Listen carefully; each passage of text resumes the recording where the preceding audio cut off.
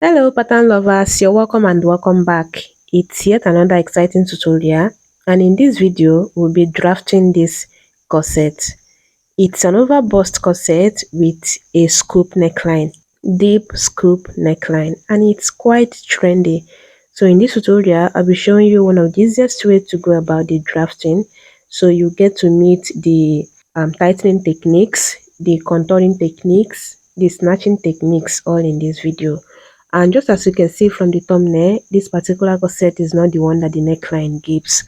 So the neckline is well contoured to sit pretty well on the chest with no form of gaping, in a way that you can even adapt the yoke with a flat pattern making. So if you say yes to that, then let's do this.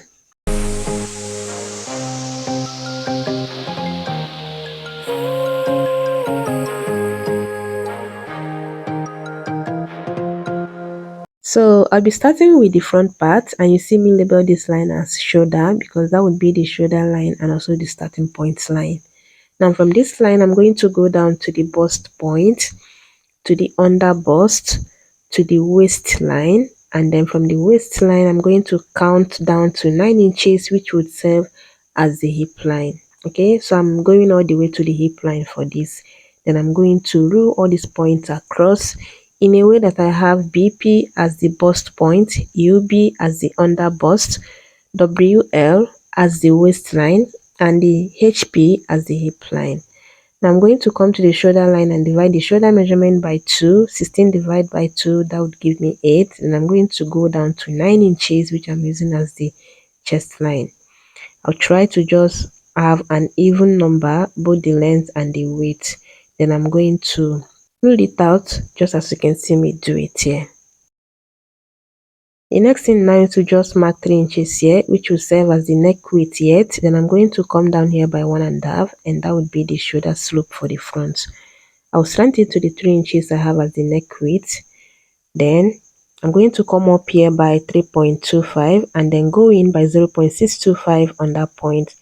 And then I'm going to use my rule to slant it to the shoulder tip, just as you can see me do it here, and use this part of this rule to curve the armhole just like this. The next thing now is to get the bust span, and I'm working with 8 inches. Divide by 2 would be 4 inches, and I'm marking that just on the bust point and the under bust. Okay, I'll go ahead and connect the 2 points to make it a straight line. Then I'm going to go in from that line 0.875. Yeah, then I'll place 2.5 on that point and mark it here. So this way I use 2.5 to tighten the under bust. Okay, then I'll come to the hip and go in by 0.75. You can also do 1 inch or even 1.5 here. I will explain more about that later in this video. So I'm going to use this part of this rule to curve from the under bust to the bust point, just as you can see me do it here. Then I'm going to take this curve and place it just the same way you can see me do it, and connect from the under bust, like extend it to the 0.75 I have on the hip line. And this curve placement is totally optional. It's not a must. You can even decide to use your straight rule to just connect it straight. It's totally optional. Whatever you do there depends on what you want. So now you can decide to do whatever you have on the under bust all the way down from this line I have here. You can also decide to minus something from what you have at the under bust. So I did 2.5 on the waist, and on the hip line I did just 2 inches. So I'm going to place my curve this same way and connect from the under bust to the waist, and then from the waist all the way to the measurement I have on the hip. Then I'll try to blend in this part. Okay, the next thing now is to start from the bust point and go up to 3.5, which I'm using as the over bust line for this model. You can do whatever you usually use as your over bust line. Then I'm going to get the midpoint of the shoulder slope, then I'll connect it to the bust point just like this. Now to tighten the over bust, I'm going to do the same thing I have here. That's 0.875. Then I'll place 2 inches on that point and mark it on this other end, and that way I use 2 inches to tighten the overbust. This way, you're creating a space for your beautifuls to sit pretty well, and you're also contouring the neckline so that it will not gape. This is just to create the right balance. Okay, now I have 2 inches here. I'm going to come to this point just from this curve here and extend it by 1 inch. Okay, so from that point I went out by 1 inch. Then I'm going to recurve the armhole because I would no longer be needing the armhole that you can, that is the armhole curve you can already see here. Then I'm going to extend it from that point all the way to the shoulder tip, just like this. If you're not comfortable with the armhole curve, by the time you're done with your pattern, you can decide to do something about it. But for now, this is what I have. So from here, I'm going to come down by 3 inches, and 3 inches is not standard. You can decide to do 1.5 or even 2 inches. Then from here, I'm going to go down to where I want the neckline to sit. Either you measure from the shoulder down or you come up from the bust point where you want the neckline to sit. And the next thing you see me do now is to try to close this dart just like this. Okay, so I'm going to try to close it. Then I'm going to curve the neckline, give it that scoop curve. Okay, go ahead and place your curve until you're comfortable with what you have, and then you curve that goodness out. Okay, how you place your curve determines how the curve is going to come out at the end of the day. So this is where the both darts would meet, and when I measure it, I measure this one too. They are both aligning, so you won't have any shortage when joining. Okay, now I'm going to replace the dart intake I have around here just because this is the bust part and this is the front. Okay, so I'm going to measure the bust measurement divided by 4, and then I'll add the dart intake I have on the bust area. Okay, I'll come to the waist and measure the waist measurement divided by 4 and add the 2.5 dart intake I have around there. So now you're going to determine how much you want to take out on the waistline. Okay, so I'm going to come in from the measurement I have on the waist, 1 inch. Yeah, and then I'll go to the hip and measure the hip measurement divided by 4 plus the dart intake. Okay, so the 1 inch I have on the waist means that I'm taking out 4 inches from the waist measurement, from the round waist, which is not necessarily how much you're snatching out of the waist. Yeah, because your lacing also contributes to how much you snatch your waist. So even if you take out 8 inches from the waistline, your lacing do the better part of the snatching. So for the bust dart, I came down 1.5 from the bust point on this side. Then I'm going to slant it to the bust point just like this. Okay, so you can decide to leave this part, but I want to go out 2 inches from the waist. Then on the hip line, I would be going in by 2.5. Okay, 2 inches on the waist, 2.5 on the hip line.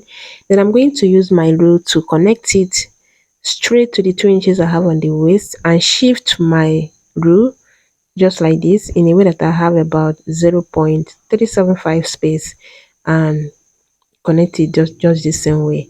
Then I'm going to extend this one up this way. You can decide to measure it to know where you're connecting it to, and then also extend this one. You can see that the second line did not get all the way to the up and all the way to the down, and that's just how much I want it there. So we are drafting this for a corset here, but in case you want to use this pattern for the regular bustier and you don't want any form of boning at all, not even the bust caging ish, you are still going to follow the same process, but there's something you have to do on the bust area just so your bustier will cup very well and look very nice at the end of the day. So on the bust point, you're going to come down by either half inch or 0.75 or 1 inch, depending on the volume of your beautifuls. I mean your boobs. Okay, is not really about your bust circumference, but how much or the volume of your beautifuls. So that it determines whether you go down half inch, 0.75 or 1 inch on this point. Then you slant it to the bust point just as you can see me do it. So what this basically does is to help your bustier cup so well. You know, sometimes when you see some bustier, you see that the under bust on the center front, yeah, is kind of looking compressed. So this will help make it shoot out, making your bustier cup so well. And by the time you close it, you're going to blend it in on the center front. I intend to show you how to do that. That's why I left a space on the center front. But I remember I have a proper tutorial coming on that. So in that particular tutorial, I'll be showing you how to do that and even the end result. Okay, but this is necessary in case you're not going to have any bone in there. It will do you a whole world of good. Okay, so since I'm not going for that, I'm doing this for a course, this as a corset pattern. Yeah, we'll continue with the pattern. So remember I used 2 inches to tighten the overbust, and I already have 1 inch replaced on the side here. So I'm going to use the other 1 inch to tighten the yoke, and to do that, I'm going to mark ½ inch on both sides of the line that you can see here, and then I'm going to slant it to the top, just as you can see me do it here. Okay, you can even do 0.625 on both sides just to help tighten the yoke very well, especially if you're going to um use a very stretchy fabric. Okay, so later on I'll be cutting the previous armhole for the yoke. Okay, the previous armhole for the yoke, but for now I'll come to the center front this way and go down to 7.5, and that would be the corset length here. Then I'll come to the side here and mark 5. Oh yeah, 5.5 on the side, 7.5 on the center, and 5.5 on the side. Then you're going to give it any hemline that you so wish. Okay, so I'm going to just curve it this way, and then you can decide to go down the more, especially if you want to tuck your tummy. But remember that the longer your corset is, the more uncomfortable it's likely to be for you when you sit down. So basically, I have 1.5 up on the center and 4 inches up on the side, and that works just fine. Okay, so you can do scallop design on the hem if you so wish, but what I'll be doing is to just go ahead and give it this sweet contour or curve here because I like it so much. So I'll just freehand it this way. Like I said, go ahead and give it any hem design that you so wish. Okay, so if what you have here is you're not comfortable with it, why doing the 0.75 I did on the hip line, you can decide to do 1 inch or 1.5, just so that what you have on the hem of the corset is what you want. Or better still, you can just do it now. If you want 1.5, you're going to mark it there. If you want 2 inches, you're going to mark it there. But the 1 inch I have there, by the time I open it up, is going to be 2 inches. Okay, remember you're going to cut the center front unfold. So I just give it a round neckline. Go ahead and do any neckline shape that you want. Then I open the dart all the way to the bust point, just so I can be able to close the bust dart. And you see me using a water glue just to hold the bust dart down. Okay, so I'm going to place it back this way. And then I'm going to smoothen this side. I'm going to just use my rule to blend it this way. And now I'm going to cut. Just watch how I'm going to cut this out.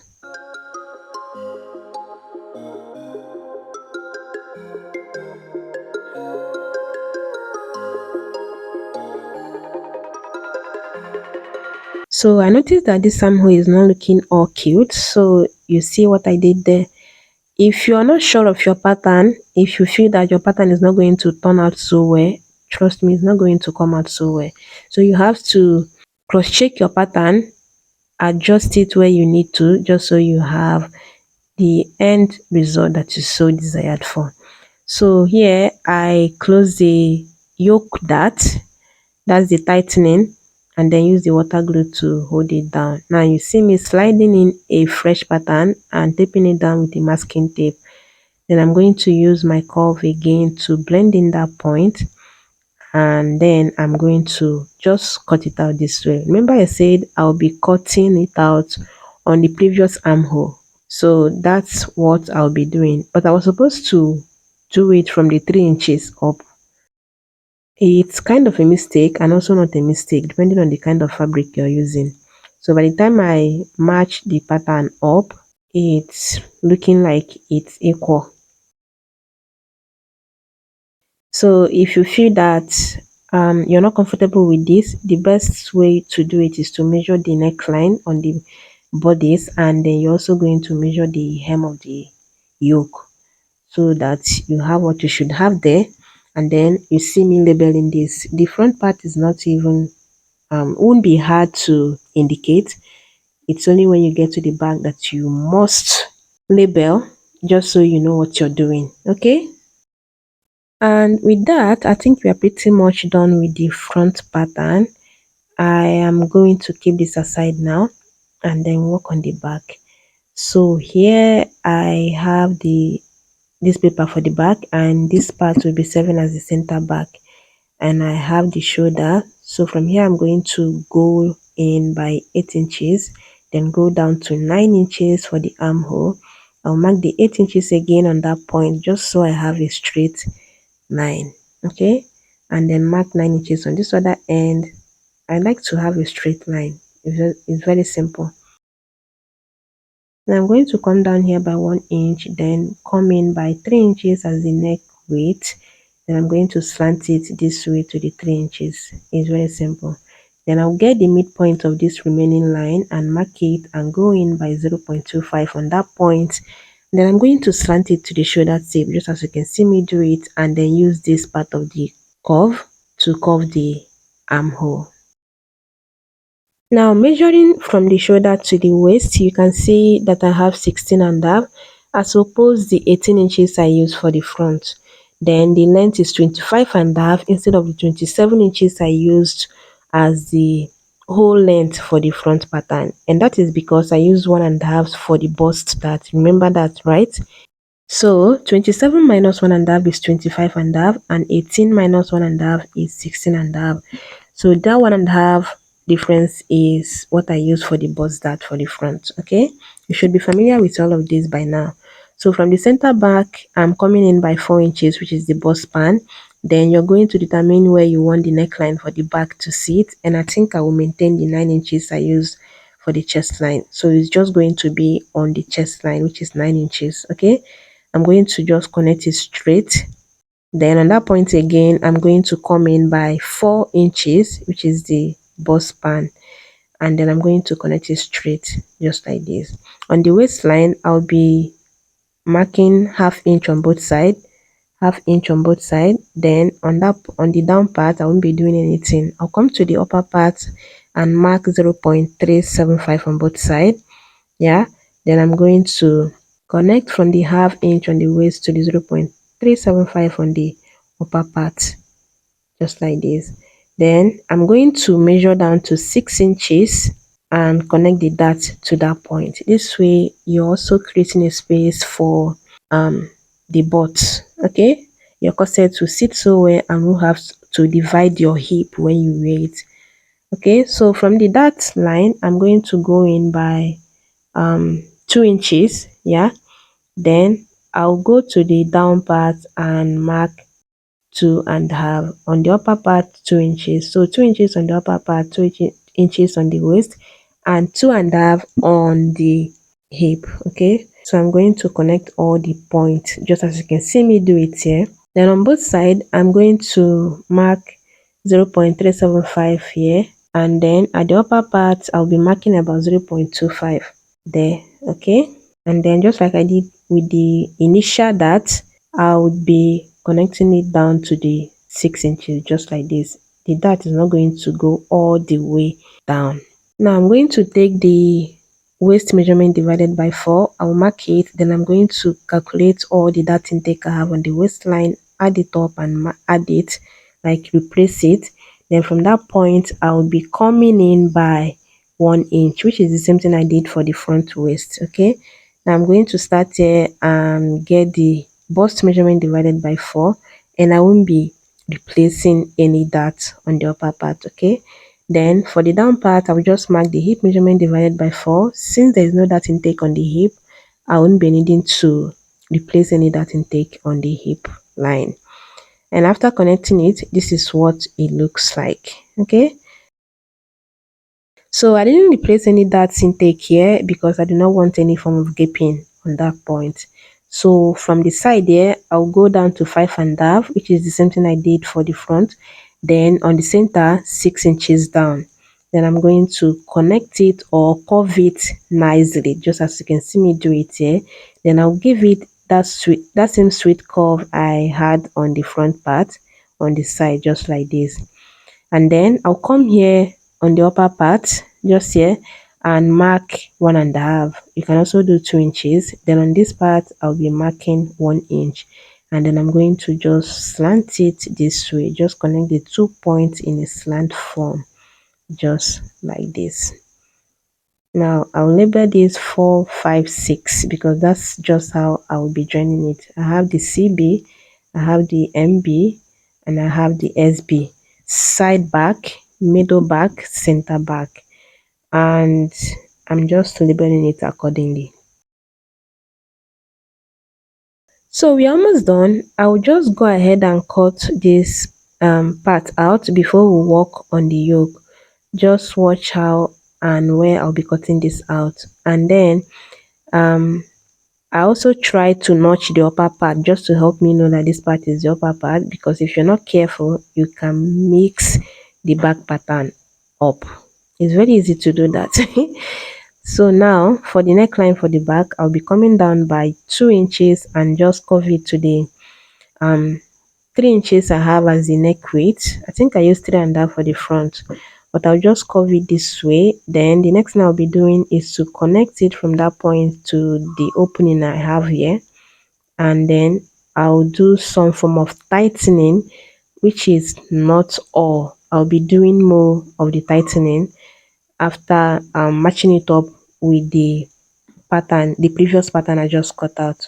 Don't worry, you'll see that in a bit. So I'm going to cut this one out, just cut it out just the same way you can see me do it.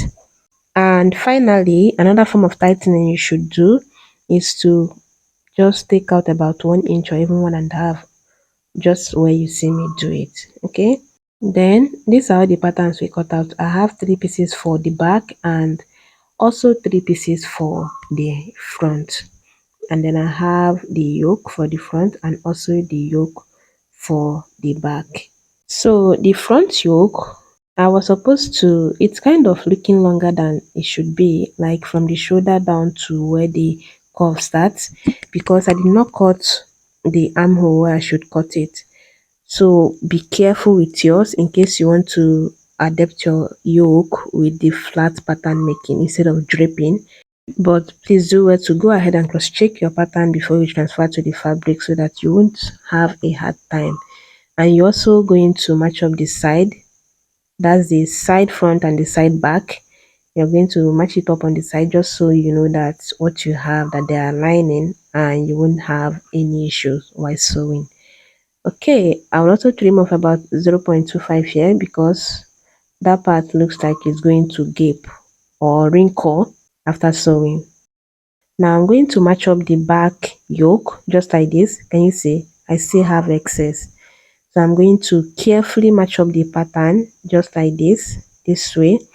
And then I'm going to cut it off on where I have it excess on the center back. Okay, so I'm simply going to just give it any shape that you want, and depending on the kind of fabric you're using, you might also want to cut out about 1 inch on the space we have for the fastener.